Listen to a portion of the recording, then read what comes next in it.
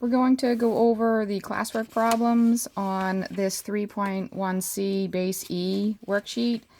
And I'll go over the classwork, and what you have to submit is only the homework. But they're very similar, so if you watch the classwork done, you can probably figure out the homework pretty quick. So we have Sherry deposits $149,000 into a bank account, earning 2.5% interest, compounded continuously. So compounded continuously means that we're going to use this equation.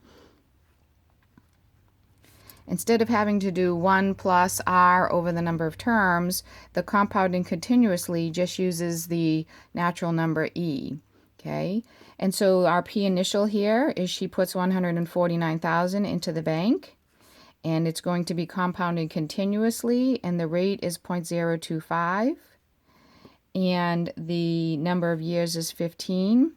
And so P after 15 years, right, that's how we write P of T, the amount she has at 15 years. And if you run that equation, and remember the button on your calculator is this e to the x button that's down here, so it's the second ln. So I'm just going to do this one on the calculator, 149,000 times, and I'm going to do e to the x. And when I do that, I'm going to put in 0.025 times 15. And we get 216,793.72. Okay, so that's how you use the E button.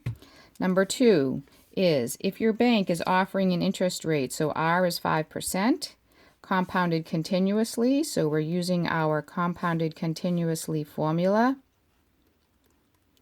And it says, how much would you need to initially invest? So the question mark is, how much am I putting in this P initial?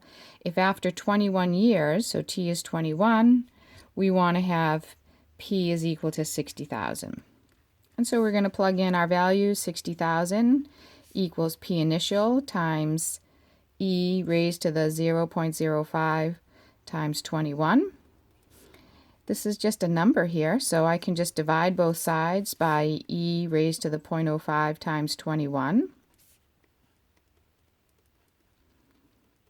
And when I do that and I do the division, it says that P0, so this cancels, and I do that division, and it says that the result is P0, the initial amount is $20,996.27. That's how much I would have needed to put in. Now think about it. If I put in 20,000, it's going to grow, so I get 60,000. If you get a number bigger, then you did it wrong. It's not going to shrink if you're getting interest. Okay, 3 through 5 just say evaluate to the 5th decimal. The only way to do these is with your calculator. So for example, second E raised to the 5th. I'm looking for E to the 5th, and I get 148 point to the 5th decimal place, 4131, and that 5 has to round up because the next number is a 9, 41316. Right, next one, number 4, E. So what does that number 3 mean? That means E raised to the 5th. It's E times E times E times E times E. And remember from your notes, E is approximately 2.718, but it's not, it's a non-terminating decimal. It's irrational, sort of like pi is irrational. So these ones you definitely have to do on your calculator. So if we do E raised to the 2.7, we're going to get 14.87973. And number 5, if we do E raised to the negative 6, so remember E raised to the negative 6 is this. 1, 2, 3, 4, 5. Right? That's E raised to the negative 6. That's the same as 1 over E to the positive 6, which is, all of these are the same way of writing the same thing. And so when we do that, we get 0.00248, 5 decimal places. Number 6, you should get when you raise E to the 2E, right? So E to the 2E.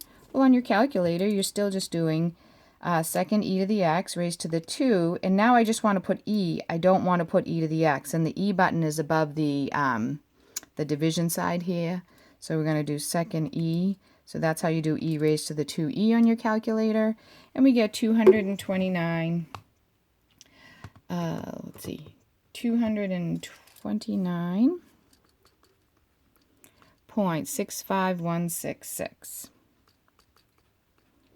Okay, the last couple are similar to the last assignment that I walked you through last week. So we have y equals e to the x passes through the point 0, 1. And we're going to look at some other equations. And I just want to emphasize what this function looks like. Right? This is y equals 1 times e to the x. So 1 is the a value, and the base is e, which remember is about 2.71a, 2.7. And so we're going to cross the axis at 1. And this is a growth function because the base is positive. And so this function is doing something like this. At 1, we're going to be up at e. Right, so if I plug a 1 in, then y is going to equal e. So we're going to have this point 1 comma e on this graph. Right, so y equals 1 times e to the 1. When x is 1, y is e. Okay, so now what is the question's asking? So number 7 says, what point does y equals 3 times e to the x plus 1 pass through? So remember, this means shift left. And this means you're going to multiply your function value by 3. So your y value is by 3. And so if I take my 0, 1, I'm going to shift left. So this goes to -1.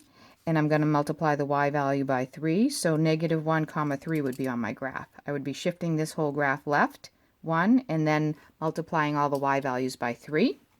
Okay, number 8 is y equals 1/4 e to the x minus 6 plus 15.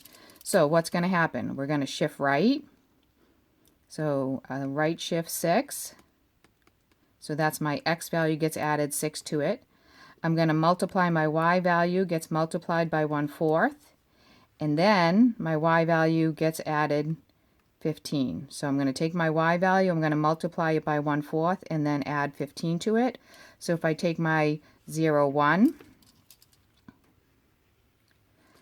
so I started with 0, 1, I'm going to move right 6. So this number's, the 0 goes up to a 6.